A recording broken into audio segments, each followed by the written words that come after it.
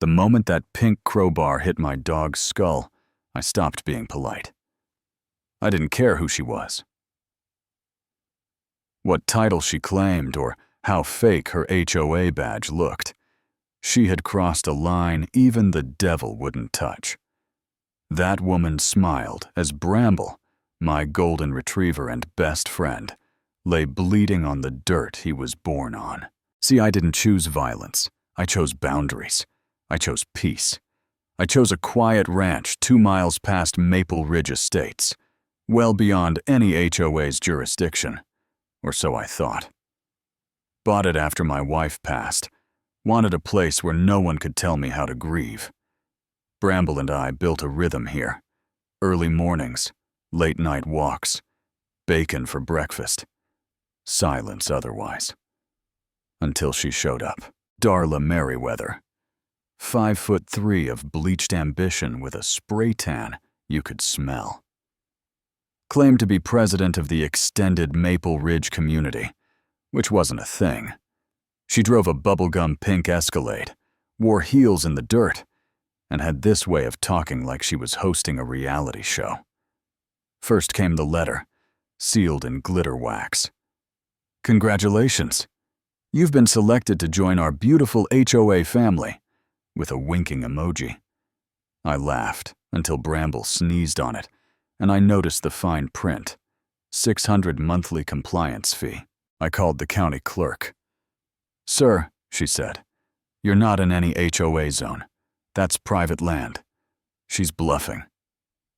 I asked for it in writing, got it notarized, framed it, because I'd spent 20 years as a vet, and I knew documentation saves lives. But Darla didn't like no.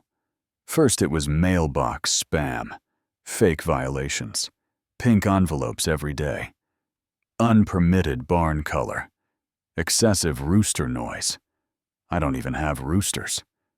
Then came the flyers, stock photos of a growling retriever plastered with the headline, "Dangerous dog spotted at Cedar Hollow Ranch. Protect your children." The dog in the photo? From a movie poster. I recognized it. Buddy, the hero pup.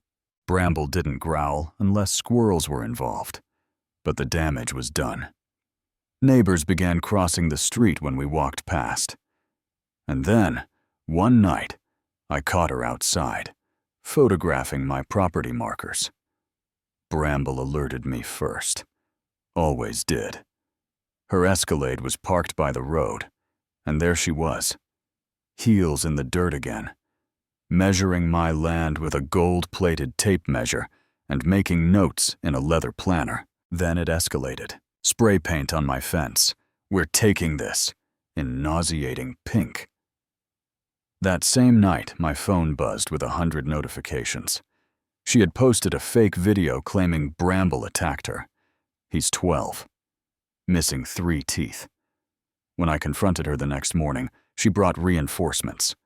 4 compliance officers in matching yoga pants and sunglasses. One held a clipboard. Another live-streamed the whole thing. "We're here for a property wellness inspection," Darla said, smiling like she was selling lip gloss. "Extended jurisdiction means shared standards." "You're on my land," I said. Bramble stood beside me, tail wagging, clueless. She winked. "We'll make it official soon enough." I told her to leave. She didn't. Instead, she popped her trunk and pulled out a toolbox. Inside wasn't a hammer or wrench, just cans of pink spray paint, ribbons, and that damn crowbar, painted like a toy, covered in holographic stickers that said, "Glow up, grow up." That's when I should have called the sheriff. But I hesitated, because part of me still believed no one was crazy enough to do what came next. Bramble trotted out for his usual morning break, sniffing near the oak tree, 30 feet away from where Darla was pretending to inspect a fence post. She looked over, paused, and swung. No warning, no scream. Just the dull thud of metal on bone and Bramble's cry, a sound I will never forget. My hands went cold, My chest exploded. My vision blurred. She giggled. I was startled. She chirped. Not liable if an unleashed animal approaches during official inspection. I knelt beside Bramble, blood pooling under his left shoulder. Instinct kicked in. I checked his leg. Fractured scapula. Maybe worse. I needed to get him to my mobile unit fast. But first, I stood, looked her dead in the eye. My voice didn't shake. You just committed felony assault on a companion animal. There are 3 cameras watching. You'll see the footage soon. She scoffed. Prove it. I pointed. Camera on the porch. Camera by the barn. Camera in the oak tree. That last one caught the moment perfectly. Her crowbar swinging. Bramble mid-pee. No charge. No bark. Just a good boy doing his thing. I loaded him into the truck. She tried to block me. I said, "Move, or I add vehicular assault to the list." She moved. I performed surgery on Bramble myself. Took 2 hours, hands shaking for the first time in 2 decades. He made it. Barely. When I finally collapsed beside him, my attorney friend Nora showed me Darla's newest post. A selfie. Teary-eyed. Attacked by vicious dog. Donate to my defense fund. She even promoted her new supplement line, Trauma Cleanse. That's when I posted the video. No narration. No edits.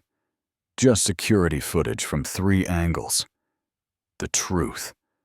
Bramble, doing nothing. Darla, swinging. Then high-fiving her assistant. The video blew up. 500,000 views in 12 hours.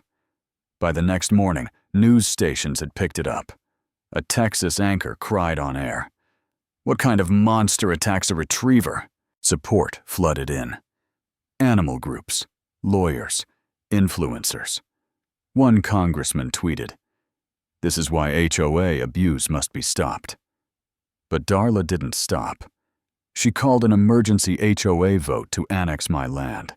She forged half the signatures, claimed manifest destiny, even printed a banner, "Boss babes claim what's theirs." But someone else had enough. Her husband, Greg, who'd been silent through all of it, called me. Said, "She poisoned me. Supplements weren't vitamins. They were arsenic." Gave me a USB, hundreds of files. Scams, bribes, even Emma's name, my late wife. Turns out, the crash wasn't just bad luck. Brake line tampered. Witnesses paid off. And the man she hit? Vice President of Crownfield Oil. Same company funding Darla's fake HOA. Everything snapped into focus. They didn't just want my land. They'd planned this for years. Emma's death. My grief. It all led here. I sent it to Nora. She sent it to the FBI. The takedown was glorious. FBI agents posed as investors for Darla's wellness collective. She invited them to my ranch to pitch the project, like she already owned it. Mid-pitch, she bragged, "We'll isolate patients, control their diets, control their access to outside info. We call it wellness detention." Crownfield loves the model. The second she said it, they cuffed her, live, on her own stream.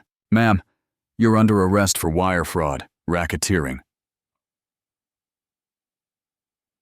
animal cruelty, and attempted murder." The internet went feral. Hashtags exploded. Justice for Bramble trended worldwide. A remix video dropped within the hour. Her mugshot, Bramble in sunglasses, background track. Who let the dogs out? Crownfield tried to run, but their emails leaked. Turns out, they'd used HOA shells to steal land across 5 states. One executive tried to flee to Panama, caught by a grandma in the airport holding a "Justice for Emma" sign. Greg divorced Darla from his hospital bed. Bramble recovered. Still limps a little.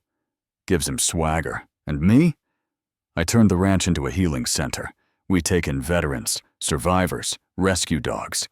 The sign at the front gate says, "Protected by Bramble and the internet." Even Darla changed. From prison, she wrote me a letter. I melted the crowbar down, made it into therapy dog tags. Tell Bramble I'm sorry. I hung it in my office. A reminder, monsters can choose to become people again. But me? I still wake up early, make coffee, fry bacon. Bramble always gets the first piece. He earned it. And sometimes, when it's quiet, I hear Emma's laugh in the breeze.